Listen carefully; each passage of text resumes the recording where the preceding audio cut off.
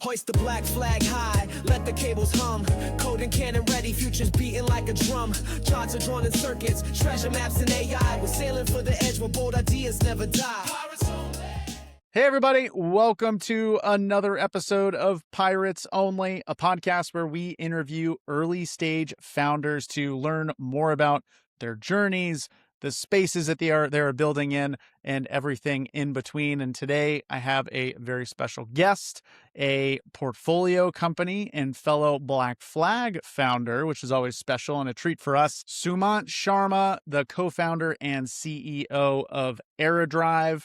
You were at Black Flag. What batch were you? That's right, sir. I was in the second cohort. That's right. Cohort batch number 2. We're actually working on batch number 3 right now and very excited about the companies that we have coming through there. But thank you so much for being on today. Could you give a quick background on yourself, what you're building, and then we'll go from there? Sure. Nice to be on this podcast, Matt, and thank you for inviting me. My name is Sumant. I'm one of the 3 co-founders and the CEO of EraDrive. EraDrive builds self-driving technology for spacecraft. We are building the software and the hardware that lets satellites, or multiple satellites for that matter, figure out what they are, where they are, track objects around them, track other obstacles around them, maneuver without any human controlling them from the ground. Our company spun out of the Stanford Space Rendezvous Lab in 2025, last year. And our core technology today is flying on 4 NASA satellites. And really, we started the company once the technology had already started flying in orbit and did it in reverse compared to a lot of other startups. I love that. We'll dive into each of those things individually. So you started just about a year ago. How much capital have you raised so far? You mind sharing that? Sure. We raised our seed round in November, $5.3 million as part of that seed round.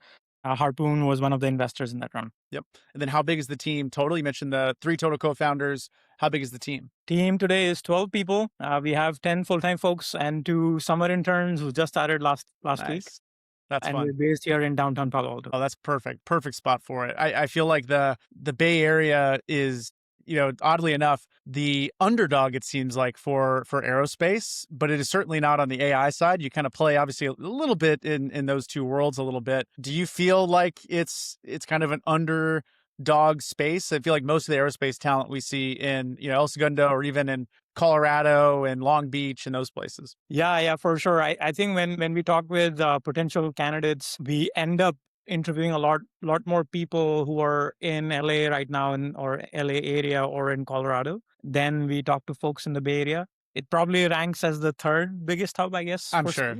Yeah. But at the same time, when I'm sure we'll get into it at some point, when we were starting to think about EraDrive, or I was thinking about starting my own company, I was following the footsteps of Dan Birkenstock, who started Skybox, and that was started right here in the Bay Area as well. So in my mind, I've always felt like, the Bay Area was the center of space before, my horizons expanded, and I realized, wait, hold on, Colorado and LA are much bigger in terms of let's say the number of people who are currently employed in that industry. Yeah. And you mentioned that you were a spin out of Stanford. We chatted kind of before we hit record. We are seeing a lot of founders certainly applying to Black Flag and elsewhere. They're following in similar footsteps, or they're at a lab or a university program, and they're taking their research or some of the things that they've been working on and looking to spin it out into a real company. Could you talk a little bit about what that experience was like and spinning that out of Stanford? Sure. So my experience, and mileage may vary for folks, right? So my experience was, I started at Stanford as a PhD student. I wanted to work in autonomy and in space. And at the same time, Simona D'Amico, who ended up being my PhD advisor, now also my co-founder and chief science officer here, he was starting out the Space Rendezvous Lab. And this was back in 2013 when deep learning or neural networks weren't really quite popular outside of just, let's say, problems on the internet or perhaps self-driving. So my core work was to see how we could use this technology for space. And as part of my PhD journey, me and several other PhD students who we started working on very complementary technologies. And our 3rd co-founder today, so Justin Kruger, and I actually shared the same lab, and we were there at the same time. When he was working on far range navigation as a technology, I was working on close range navigation as a technology for spacecraft.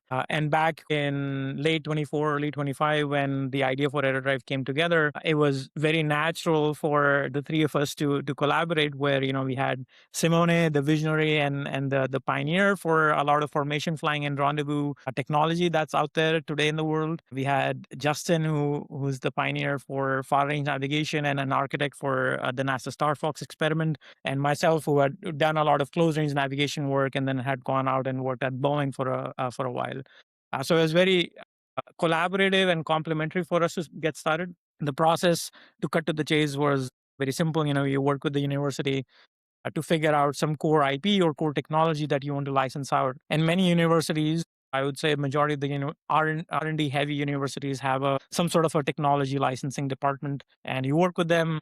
They're very collaborative. In fact, when they see alumni or folks inside the university wanting to branch out and start a commercial venture, and that's what we did with Stanford, and they do these kind of deals, I guess, with a lot of companies, a lot of spin-offs, I'm sure, that come out of Stanford and other universities. So Stanford's got to be one of the top universities in doing that. Yeah. So in fact, their process was very straightforward and templatized, and that's what we followed. Do you think that that's going to be a common trend over the next few years as folks make that leap from kind of university programs into startups and those types of things? I think so.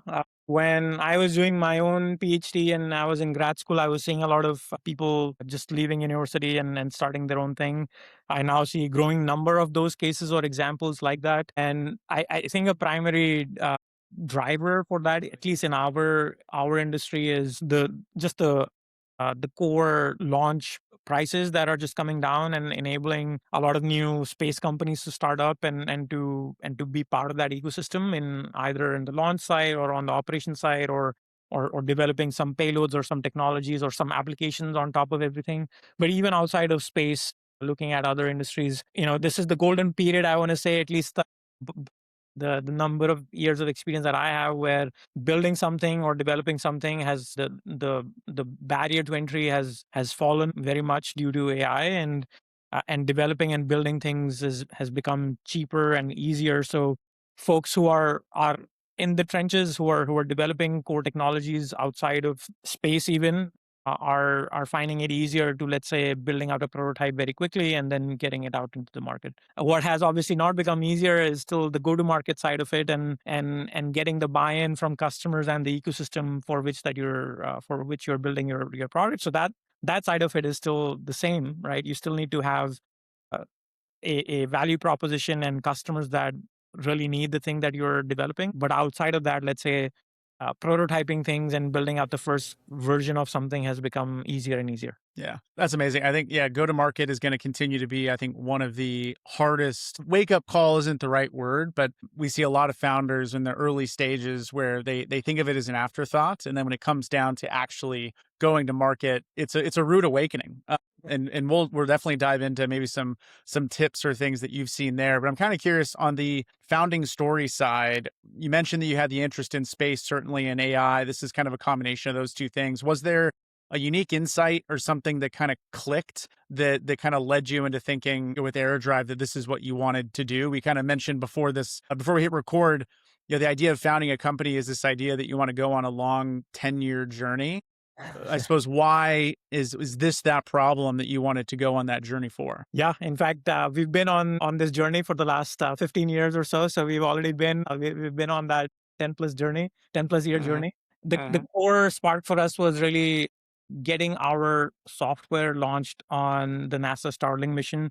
This is the predecessor to EraDrive, when this was at Stanford when you did this. At Stanford, still at that time, we wrote some software that ended up being run as an experiment on 4 NASA CubeSats as part of the NASA Starling mission. And the spark or the idea for EraDrive came from when we started to get the flight results from these experiments. Essentially, the core technology that we're building on top of is vision-based navigation. And that is exactly what we were demonstrating for NASA Starling. In fact, NASA Starling is the world's first instance of multiple satellites navigating relative to each other using vision only, no other sensing modality used. And the driving software behind it is what we currently have at EraDrive and developing further on top of. So what we ended up realizing when we started to get flight results from it is that not just single spacecraft or single satellite systems can be driven through autonomy, but obviously you can have multiple satellites be automated and autonomous and do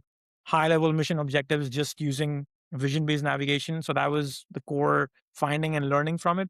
But on top of it, we realized that when you're using cameras and vision in space to do navigation, you're not just imaging and looking at who are the other participants of your constellation, but you end up imaging everything else that's in the background, whether that is the Earth or whether that's the moon or whether that's other satellites. And you can actually use that information to your advantage to enable better navigation, but also to solve problems of space traffic coordination and management, and also use that same technology to enable governments to use that for defensive purposes where they are interested in space domain awareness and they want to have essentially real-time knowledge of every asset in space and where they're located and what they're doing and what they might do. And so the same core technology, which is vision-based navigation, can be used to solve space traffic coordination on one side and can also be used to solve space domain awareness and autonomy at scale and automating mega constellations in the long range. So that was a core idea when we started to see these flight results, and that's what drove us to incorporate the company and to start this as a venture.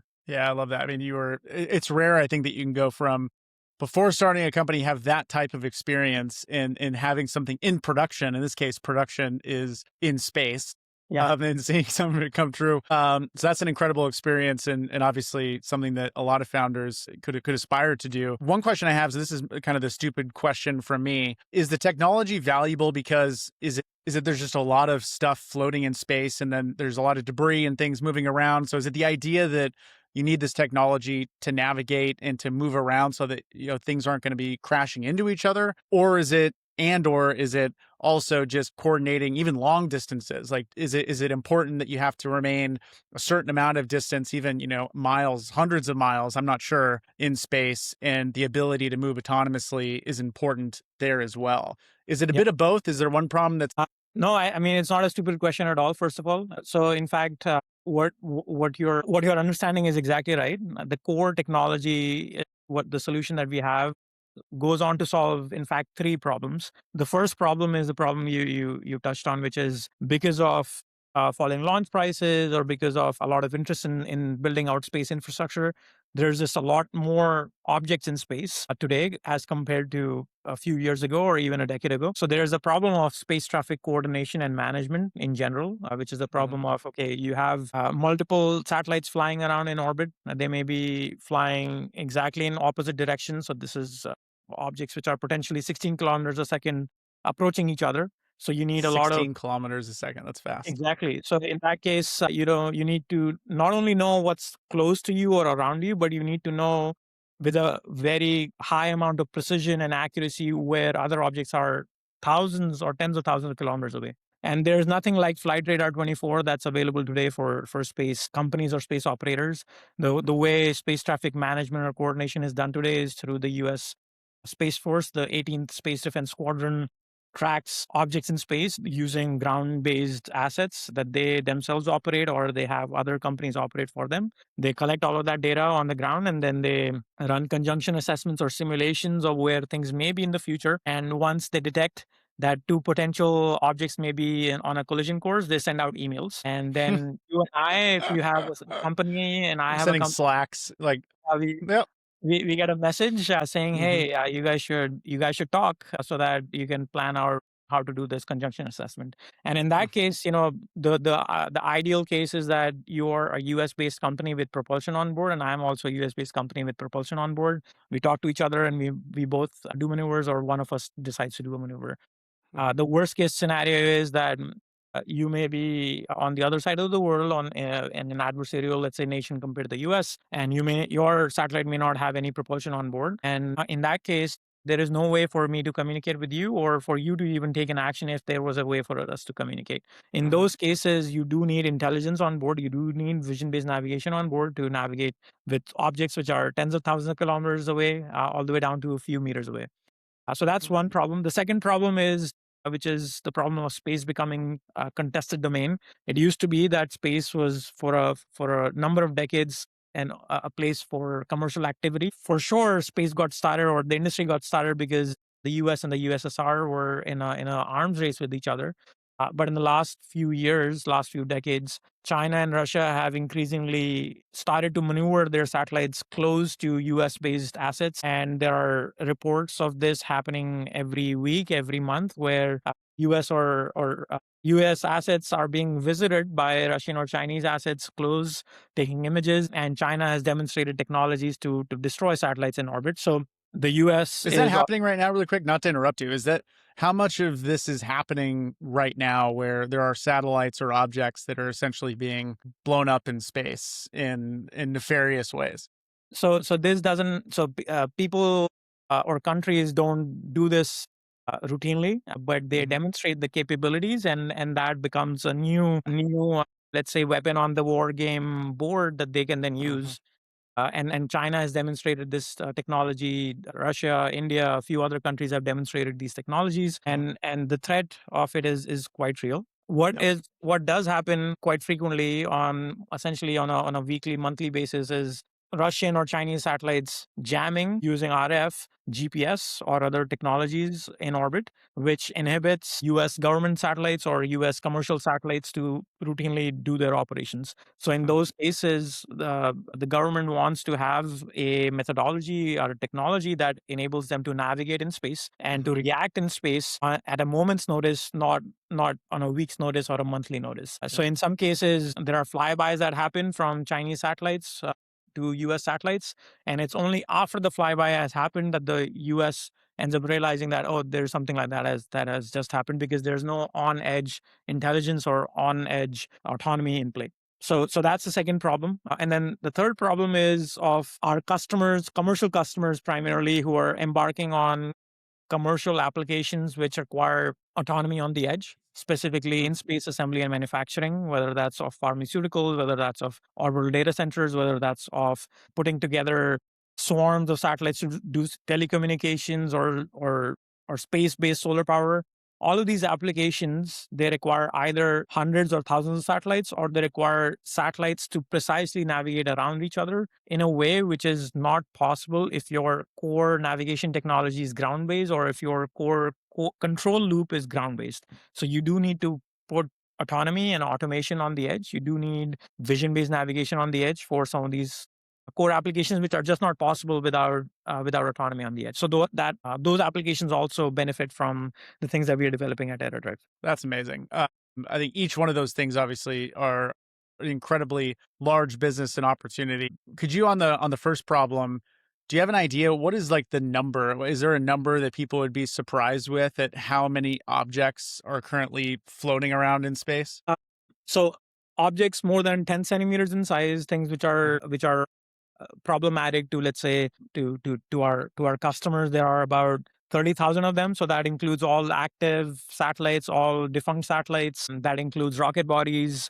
There are 30,000 of them. And then if you start to decrease that number, if you go down to 5 centimeters or 2 centimeters or 1 centimeter, the number rises exponentially. And in the future, and this is just what I'm talking about present, right? And you can go take a look at news headlines from the past where the ISS has to take evasive maneuvers because there's a leak somewhere because of tiny objects that come in and hit the ISS, and then there's a leak, and then the astronauts have to take shelter. Those type of objects are obviously, there are way more in number, and and then there are meteorites which come and visit the Earth, right? So those are millions more objects that we have to track in space. That's one number. But then if you look at what's happening in the future, you have SpaceX filing for launching 1 million satellites in orbit. Amazon Leo, for example, they plan to launch about 10,000 satellites. And then there are 50 other mega constellations with hundreds to thousands or tens of thousands of satellites that they want to launch in orbit.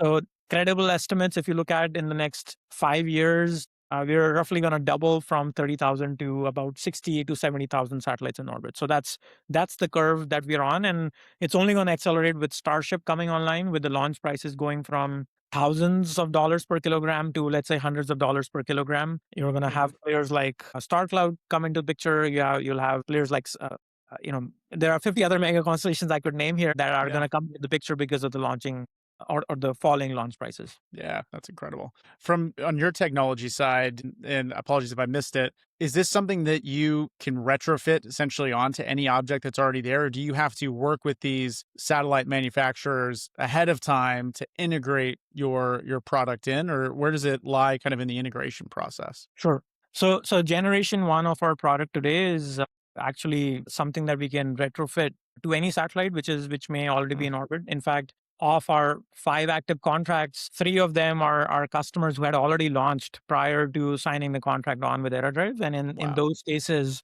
we are uplinking software that runs off of commercially available off-the-shelf cameras or star trackers that these customers are already flying, and using their flight compute and using their processors. Obviously, Gen 2 and beyond, we are putting together some of our own hardware, integrating hardware with our customer satellites, which are going to be launching in the future. And in those cases, our Gen 2 and beyond autonomy obviously can do a lot more because of the fact that we can design some of these cameras, and pick our own processors and pick some of our own comms modules. And in those cases, the capabilities that we offer to our customers are a lot more compared to the Gen 1 of the product that we're selling today. Yeah.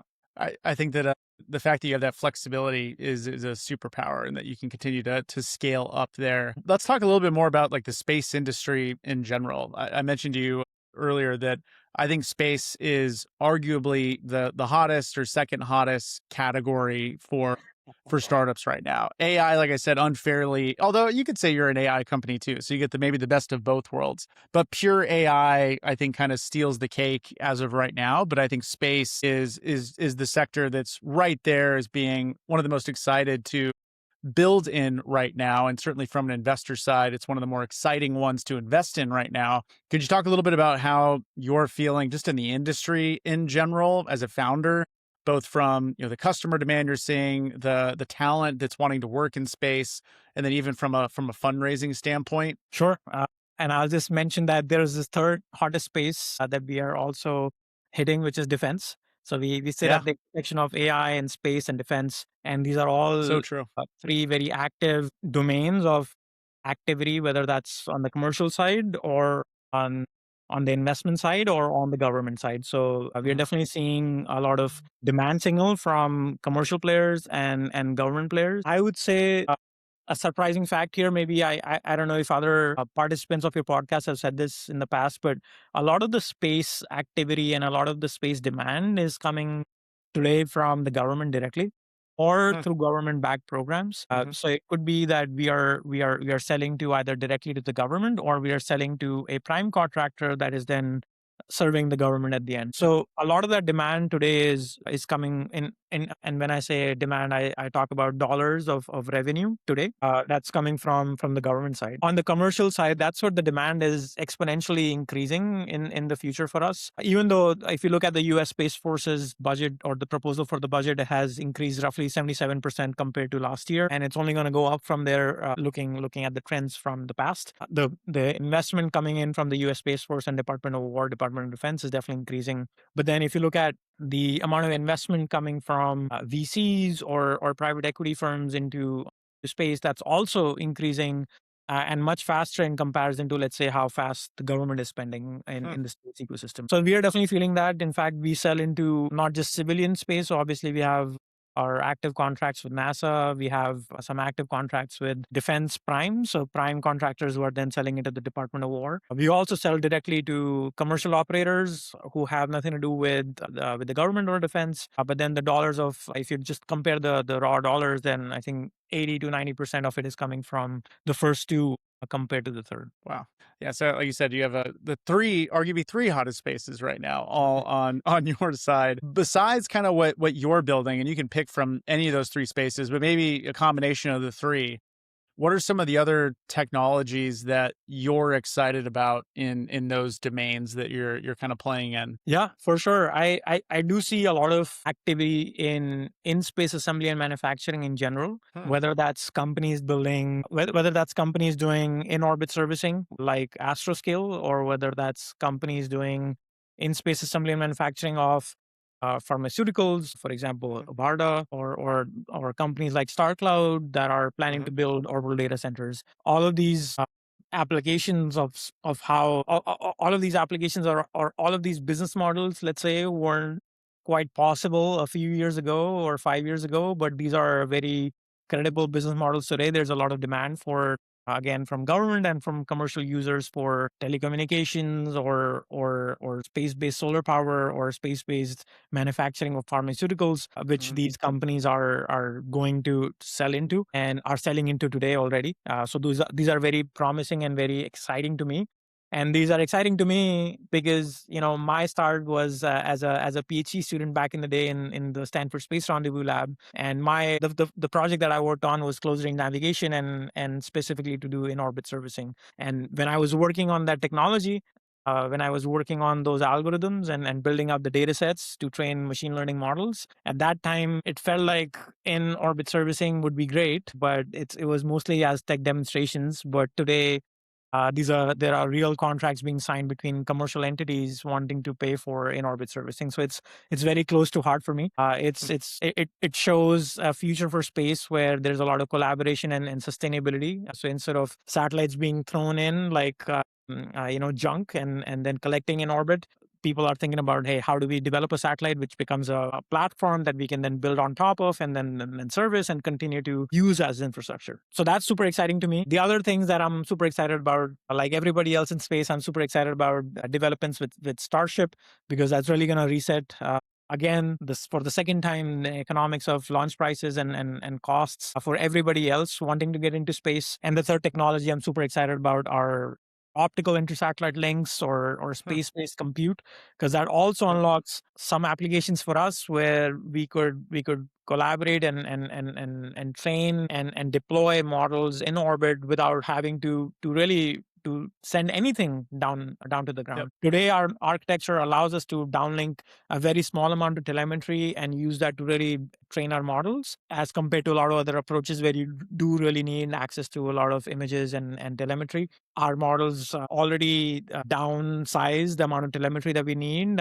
And really ship the most important pieces of data that we need on the ground. But in the future, when you have orbital data centers running in orbit, there would be no reason to send data down to the ground. So I'm really excited about that. Yeah, we're investors in StarCloud at Harpoon. And I think one of the conversations that we've had with folks when they think, well, is that really like the best way to have data centers is to send them into space? And part of the conversation, and one of the reasons I'm so excited about what they're building, is that the support that they're going to have within space itself, like the industry and the infrastructure being built in space requires compute too. It's not just that the data centers are being built there to then send compute back down to Earth, although that will happen certainly.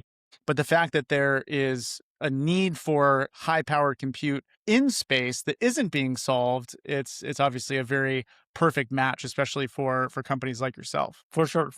I mean, right now we have to worry about ground stations, and we have to worry about where how far the ground stations are from where exactly the data is stored, and how quickly we can uplink the algorithms back up.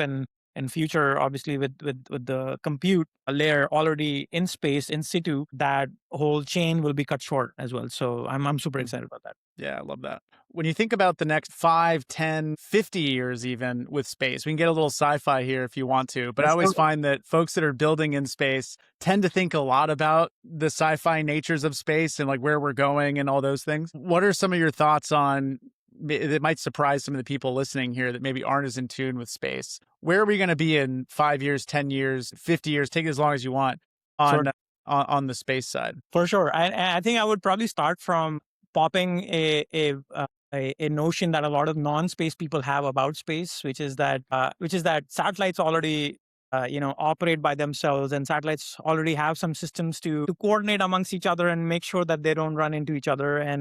And satellites already have like automation built in on. That's not the case today. So I just want to pop that right now. So where we stand today is, in fact, how kind of dumb. Like the satellites are kind of dumb today. Yeah, they're not even at the Roomba level of intelligence where you send them on a task and then they go complete the task and they let you know.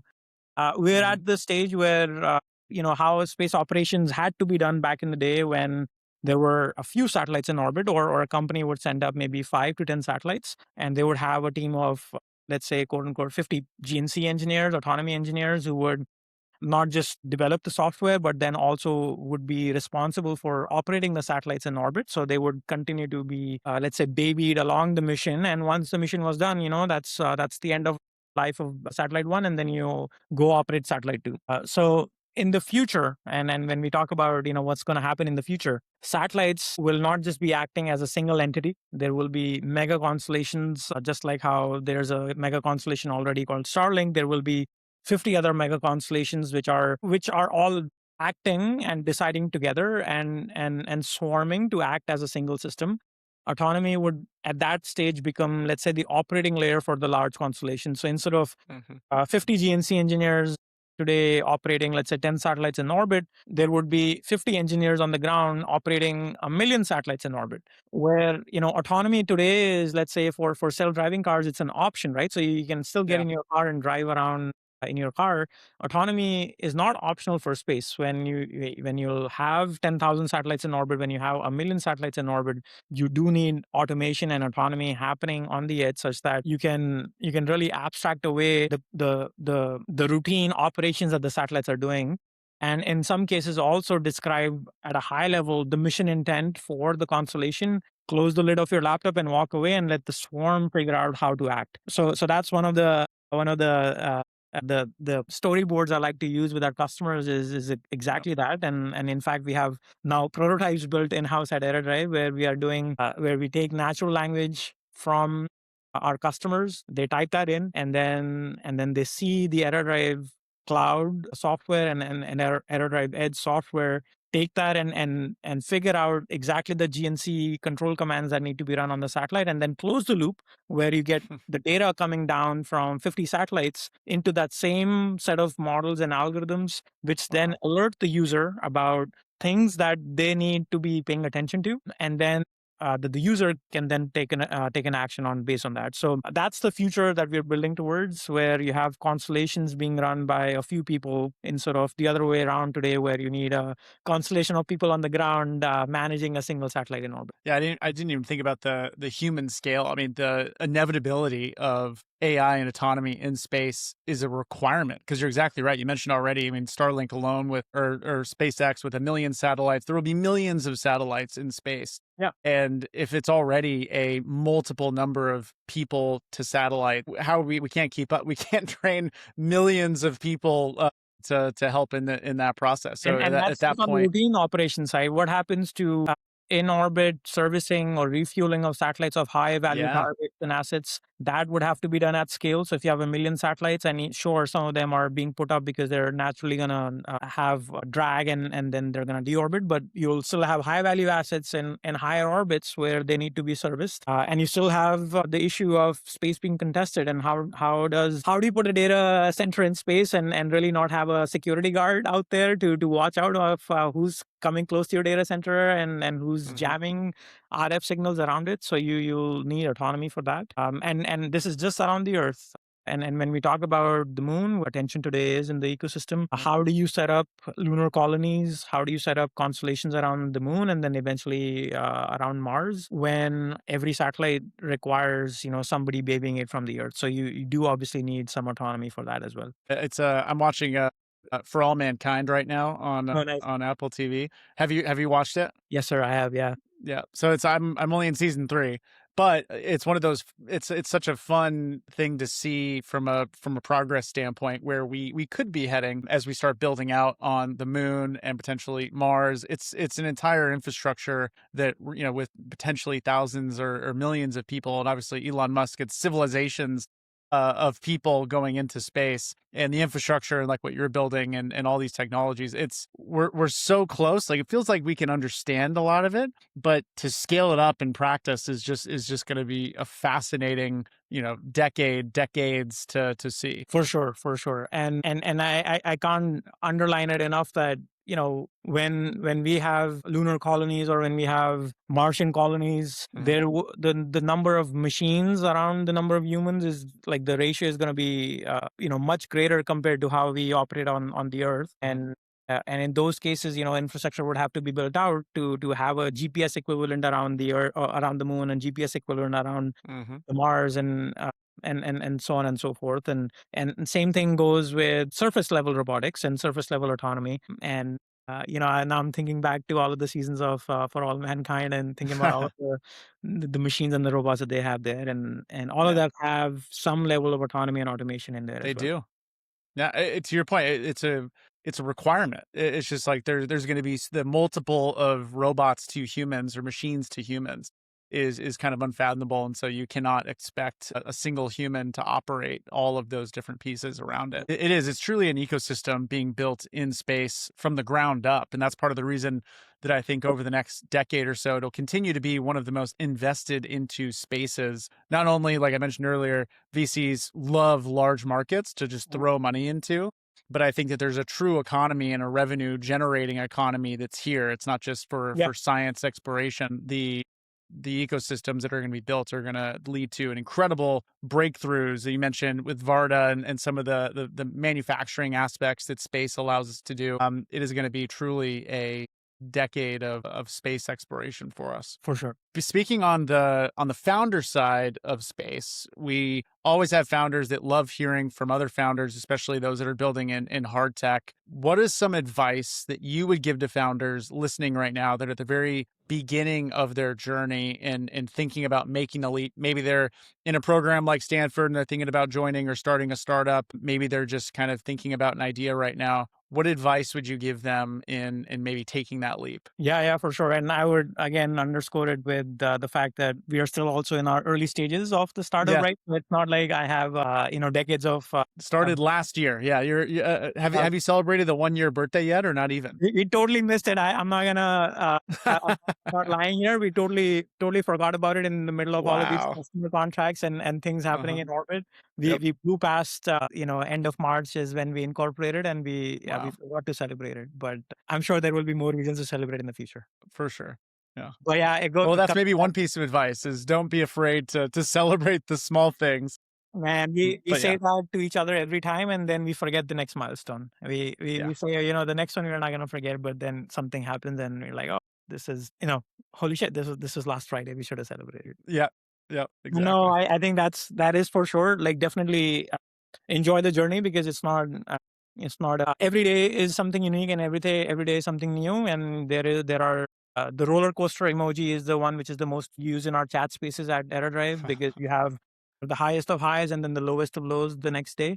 Uh-huh. So enjoy, celebrate when there's an opportunity to. But apart from that, I think to a persona that you painted, which is somebody in a lab, somebody at Stanford who is thinking about doing a startup. I would say, the core piece of advice I got from somebody who was ahead of in the founding journey compared to me, was that Uh-huh. you can, if you have an idea that you are convinced on, and you have a couple of other friends or engineering folks around you convinced, don't let that be the sign of dropping everything and starting the company. Make sure that you can go out and convince, ideally, a customer, obviously, who could say, yeah, I'll buy your thing, or I see your proof of concept, or I see your V0, and I'm happy to sign a contract. That would be amazing. But at the very minimum, call a couple of people, or couple of two or three people who are, let's say, just on the edges of your community of professionals who are on the customer side, Uh-huh. and convince them, and talk to them, and hear their needs, exactly how they could be using your product, or they could be utilizing your technology. Because a lot of the people who are of my persona, who have the technology figured out, they think, and I used to think that, oh, then we have everything, all of the core things here, and then I could just go raise money, and then I'll build it out. In fact, when I graduated from Stanford with my PhD back in 2018, 2019 timeframe, I wanted to start a company doing on-orbit servicing. And at that stage, I realized that the technology may be there, but if you don't have a market, nobody's going to give you a single dollar to go build the thing. So you have to have a customer, you have to have the go-to-market strategy figured out, and the gold standard of it is to the VCs, you could always tell them that, hey, look, this is what the customers are paying us for, and this is what the customers want, and this is why we're building it. So convincing people outside of your core inner circle of friends or engineers, I think this is what I would recommend and advise people. And other than that, I think another small one is about when you are, and this is something that we are doing right now at EraDrive. Once you have the founding team together, when you're hiring, I think do it slowly, in a systematic fashion. Really learn exactly what skill sets and folks that you need, and marry three things, which is one, people who are excited enough about your industry, people who are excited about working in startups, and people who are excited and who would love to work with you as people. So having those three things come together is super important, because if you only have, let's say, one stool, or one leg of the stool or two legs of the stool, then it's very difficult to form a long-term partnership. So in fact, our founding team are a lot of the people that we worked with back in the day at Stanford or in the companies that we worked in since. So these are people who are already in the industry, people who are excited about space, people who wanted to do a startup, and people who already love to work with us and we love to work with. So these are the kinds of people that we are bringing on board, and who are choosing to work with us at EraDrive. Everything you said there is exactly right, and also easier said than done. And props to you and the team, because obviously I think that you are building a phenomenal team and are doing it the right way. So congrats on just over a year worth of work. And I have no doubt that you guys are going to continue to have some success. Maybe the one more piece of advice is any founders on the fundraising side. We get a lot of founders that are currently fundraising, actively fundraising. Any specific feedback that you would give them as it relates to raising around? You obviously raised the $5 million round earlier or last year. Any advice for fundraising hard tech founders right now? Sure. I would say the one thing is to sell milestones, not vibes, is what I would say. So map the fundraise to concrete technical unlocks.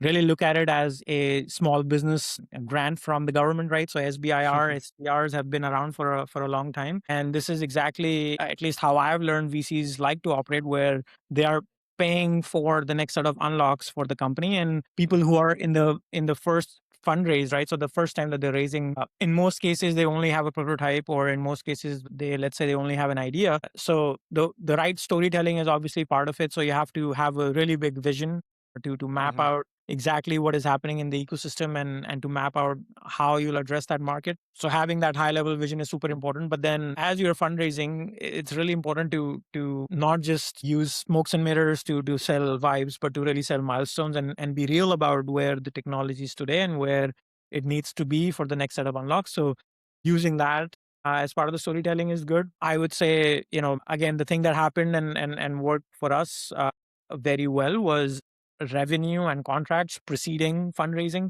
So we de-risked using contracts with customers and revenue that was already coming in the door. So the customer, for the VCs, it was easy for them to look at us and say that, yes, these are technical founders who know what they're building and they've been at it for a while. But at the same time, they've figured out part of the go-to-market strategy by convincing customers to pay to use what we are selling to them. So revenues and contracts are the gold standard, right? And if you have them, there is very little reason for VCs to doubt the storytelling. So having a huge vision, having a huge market to sell into, milestones for fundraising. So exactly what the funds will unlock is number two, and revenue and contracts from customers if that's possible. That's amazing. And I'll reiterate it on the VC lens, each of those 2 or 3 points as well. You need to have a big milestone, a big vision, because VCs want to know that if they gave you $1 million, is that going to turn into $100 million because you're going to 100x? So that has to be the big vision. VCs also really like to know that they're giving you money that's going to be put to use. So whenever you can say, we're going to use this money to hit this milestone, specifically, that milestone is going to be doing XYZ. It's putting a prototype into space. It's securing this customer contract. VCs like to know that their money is being put to good use and kind of quickly. And the reason you need those is we need to identify and understand market pull. So knowing that there's an actual market here, because then obviously that helps with the two other, the milestone and the grand vision as well. So very important, exceptionally done. Sumant, thank you for being on today. We covered a lot of information in a little bit of time. Thank you for going deep into the space, talking more about what you are building. Where can people continue to follow along with you and your team and EraDrive? And then we'll be sure to put links in the show notes as well. Sure. We actively post on LinkedIn with all of the company and technology updates that we are having. Obviously, follow us on LinkedIn. And we are continuing to hire. So please go visit eradrive.space/careers if there are potential folks who want to work in space and who want to work in a company which is building the future for how mega constellations and satellites will operate in the future. EraDrive is the place to be. So those are the two, cells I would have for the podcast. Yeah. I mean, you mentioned it. You're building in 3 of the hottest spaces right now with AI, space, and defense. What perfect place for people to go and tackle those problems. Thank you so much, Matt, for having me on, in fact, and thank you so much for the support through Black Flag and all the support Harpoon is giving us. Our pleasure. You're doing by far the harder job. So thank you for allowing us to be on the journey with you. Thank you again for the time today, and I'm sure that we'll chat here again soon. Sounds great. Have a good one. See you, Matt. Hoist the black flag high, let the cables hum. Code and cannon ready, futures beating like a drum. Charts are drawn in circuits, treasure maps and AI. We're sailing for the edge where bold ideas never die. Pirates only, all hands on deck.